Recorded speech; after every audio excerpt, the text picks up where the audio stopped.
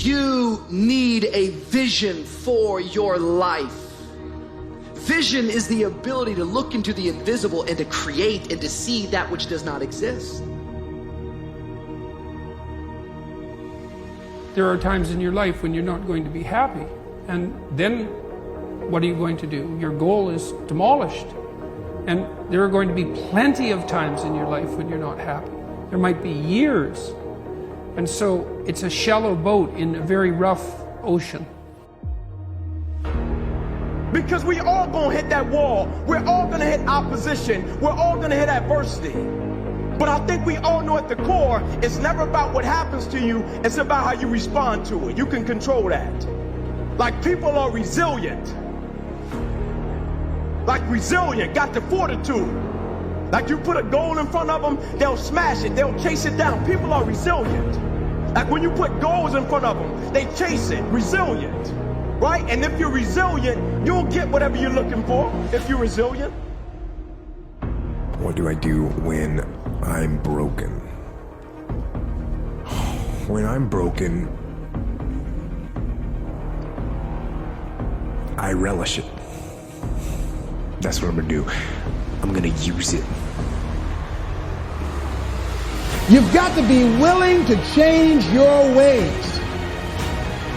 Your life is working. If you don't like what you have produced, you're a director, you are the star, you wrote this script. You produced this, whatever it is. If it's a hit, you produced it. If it's a flop, you produced it. Take ownership of it and decide to go back to the drawing board and rewrite the script that you are the star of. You have the power to do that. On this day, you can declare that I'm going to change. And so every single day, with whatever you do, if it's football, if it's basketball, whatever the case may be, every single day when you do it, before you approach it, ask yourself a question. Like, at the core, I'm talking about with conviction. Say, why do I really do it? But most importantly, who am I really doing it for? If I'm broken, then I just found my limitations. And until I know what my limitations are, how can I push them?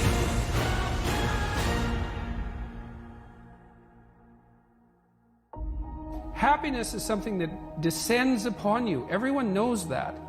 You know, it comes upon you suddenly, and then you should be grateful for it.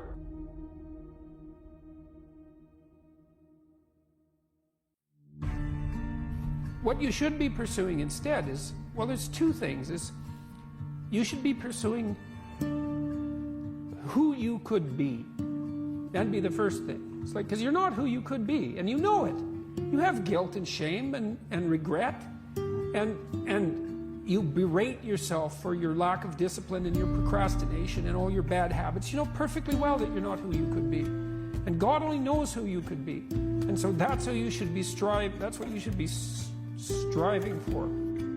When you find yourself disappointed in life, when you find yourself coming up short in life, you can either complain about it or you can choose to learn from it. Like, I'm a firm believer that God redirects and maneuvers us when he has us on a mission. Right? And in the redirection, I think true courage is the ability to embrace what we don't understand. Because I know anybody can accept and embrace something that they do understand and that they know the end result. But I think true courage is when you find yourself in the midst of an opposition, piece of adversity or situation, and when you're in the midst of it, you're thinking, man, how did this happen and how did I get here? But you still have a certain level of perspective to say, even though I don't understand it, even though I don't like it, I can still trust God even though I can't trace God. Because you're facing a disappointment today doesn't mean that you have to live defeated. Just because you're facing a disappointment today doesn't have to let you believe that your whole entire destiny is delayed and will never ever be reached. No, life is going to have highs and lows, peaks and troughs.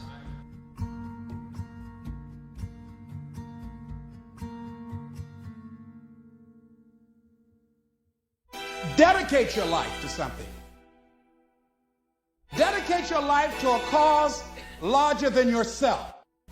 See, if you dedicate your life to a cause larger than yourself, you're not following in the crowd.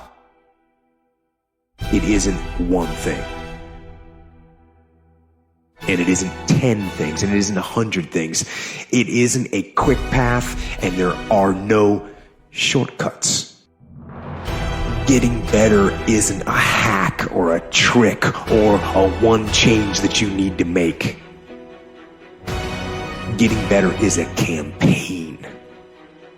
It's a campaign. It's a daily, a weekly, it's an hourly fight. Not out of convenience, but out of conviction. There's a purpose for me being here. There are non-negotiables in my life because I must accomplish this thing that God put me here to do. You should be attempting to formulate some conception of the highest good that you can conceive of, that you can articulate. Because why not aim for that? It's like your life is short, and perhaps you need to do something worthwhile with it.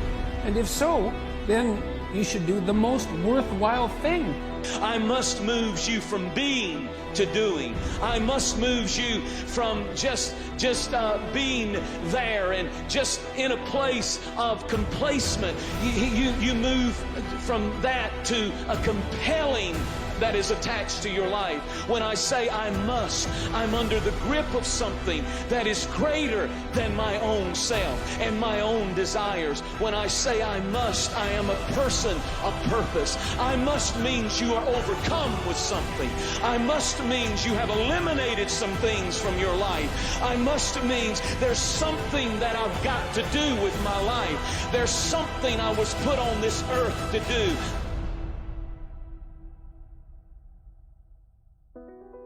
I must means I'm living my life not out of convenience, but out of conviction.